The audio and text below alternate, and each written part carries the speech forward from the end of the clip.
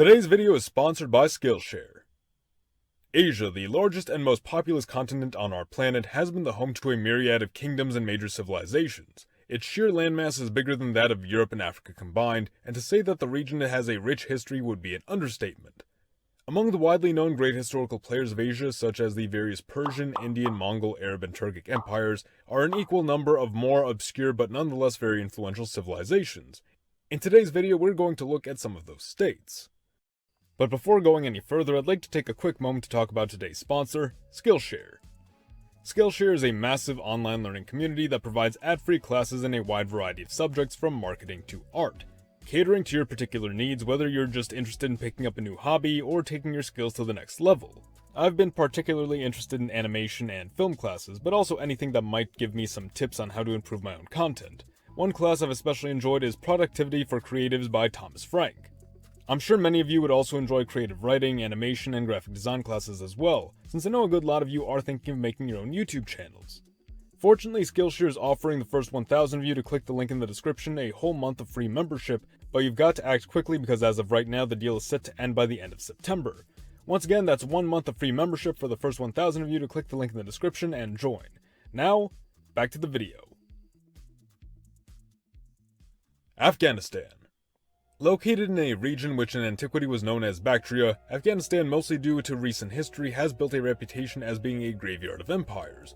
While this claim is certainly reductionist given the large number of different foreign powers that have held rule over the region in the past, the Afghan people on multiple occasions have proved themselves hard to subdue and even built 3 massive but short-lived empires themselves. The Ghurid dynasty, believed to be of Iranian and Pashtun descent, began as a relatively small sultanate in the 9th century, whose rulers eventually became vassals and tributaries to the Turkic Ghaznavid Empire and later the Seljuks. Under the rule of the famous conqueror Muhammad of Ghor, the Ghurid dynasty would manage to eradicate foreign influence and expand vastly. Conquering the major city of Ghazna, the Ghurid Sultan would then use it to launch several invasions into India. At the end of his rule, Muhammad was in control of a vast realm spanning over parts of modern-day Afghanistan, Pakistan, Tajikistan, northern India, and Iran. However, shortly following the reign of Muhammad, his Ghurid Sultanate fell to the rising Khwarezmian Empire. In the following centuries, Afghanistan would come under the control of various foreign powers. Another native dynasty of Pashtun descent known as the Hotaki would come to dominate the region in the 18th century. The Hotak Empire came to dominate most of Iran, however was swiftly defeated by the new ruling Afsharid dynasty. Persia would undergo another succession crisis in the 1740s, allowing for a former Persian commander of Pashtun descent to establish a tribal confederation in Afghanistan. His state would also expand into modern-day Pakistan and northern India, and would come to be known as the Durrani Empire. The Afghan realm would begin declining in the 19th century, and would eventually be replaced with another dynasty in 1823. Cambodia. Located in southeastern Asia, Cambodia may surprise you with its rich history spanning over 2 millennia. The first state established in the region was Funan, which was a loose confederation of Khmer city-states that thrived between the 1st and 5th centuries. The cities were highly influenced by the kingdoms and empires of India as they were located at the center of the Chinese-Indian trade route, making Buddhism and Hinduism the 2 major religions of the region. Funan was eventually replaced by another Cambodian empire which itself fractured in the 7th century. Cambodia would be unified once again during the 9th century under the powerful King Jayavarman II, who eradicated foreign influence in Khmer lands. The empire would flourish and establish itself as the dominant power of Indochina, and by the 12th century, after a long series of conquests, the Khmer state encompassed almost the whole peninsula. After a century of decline and near-constant warfare with neighboring powers, the capital would be sacked and later abandoned. The empire's territorial size would be decreased significantly, and its capital would be moved, bringing an end to the Khmer Empire. Kyrgyzstan. Central Asia has been the home of the fierce nomadic steppe warriors for thousands of years. As is the case with most countries founded by nomadic people, the Kyrgyz were not originally from where their state is currently located. Their homeland was instead located in modern-day Siberia and western Mongolia. The Kyrgyz founded several short-lived states between the 6th and 8th centuries, and eventually in the 9th century managed to defeat the powerful Uyghurs and expanded into their territory. The Kyrgyz continued expanding and reached their territorial peak in the early 900s, encompassing a significant chunk of Central Asia. However, in the 12th century, the Kyrgyz had been incorporated into the Mongol Empire and migrated southwestward to their current homeland. Armenia. Located in the southern Caucasus, Armenia serves as the last bastion of Christianity in the Middle East. At a crossroad between Asia and Europe, many empires have ruled the region, making the independence of Armenia a never-ending struggle for its people. Despite their unfavorable positioning, the Armenians have throughout history built several impressive states.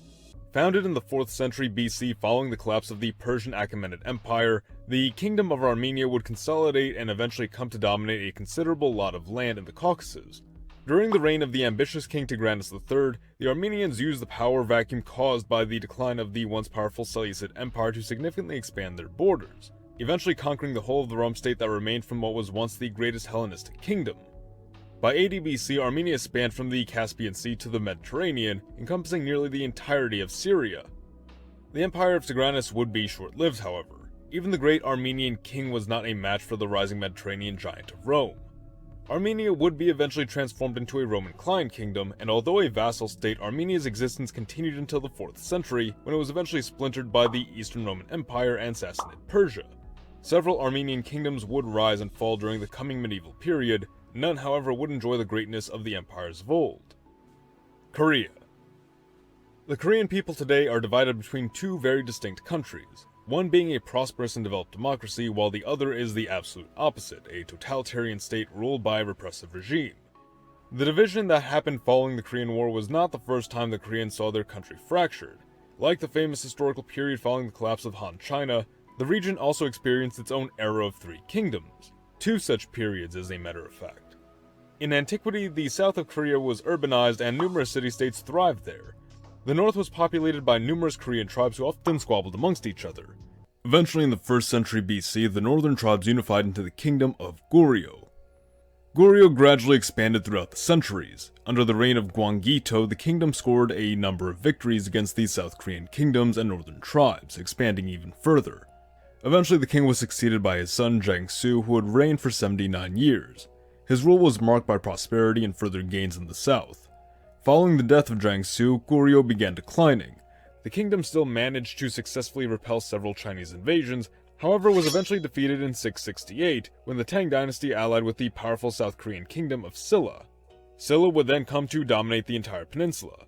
This unification would only last for a couple of decades as another powerful state would form in the north. Silla would then fracture, initiating a period known as the Later Three Kingdoms era. The US of Z thanks for watching. Big thanks to Bulgarian Empire Mapping for helping put this video together. Support your legion by liking the video, or join our ranks by subscribing for more. Mr. Z, out.